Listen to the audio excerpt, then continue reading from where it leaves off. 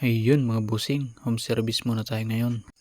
Ayun mga busing, meron na namang nagtiwala sa ating talent. At ang ating unit ngayon ay Yamaha Aerox 155. At ang problema ng motor ni busing ay lumalabas ang error 12.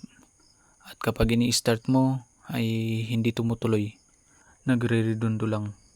At ayon sa ating troubleshooting, ang nagsasanhi ng kanyang error 12 ay yung kanyang stator. Nakita natin sobrang kalawang at may bakas ng langis na tulo, kaya binaklas natin yung magneto at nilinis natin yung kanyang stator dahil sobrang kapal ng kalawang. At saka sinabay na din natin pinturahan yung kanyang magneto para hindi nakapitan ulit ng kalawang. Ayun, sobrang ganda na ng kanyang magneto at parang bago na.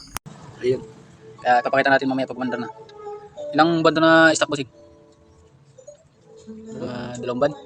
September. September? Hindi. August. Mga 3 buwan na. Yun, ayos na. Yun o, 34 lang. Wala ng check engine. Yeah. Hanggat hindi nawawala yun, magulo ko yan. Pag nawala yung check engine. Yun, test drive. Gwapo pa o, pula lang sa linis. Nadami lang.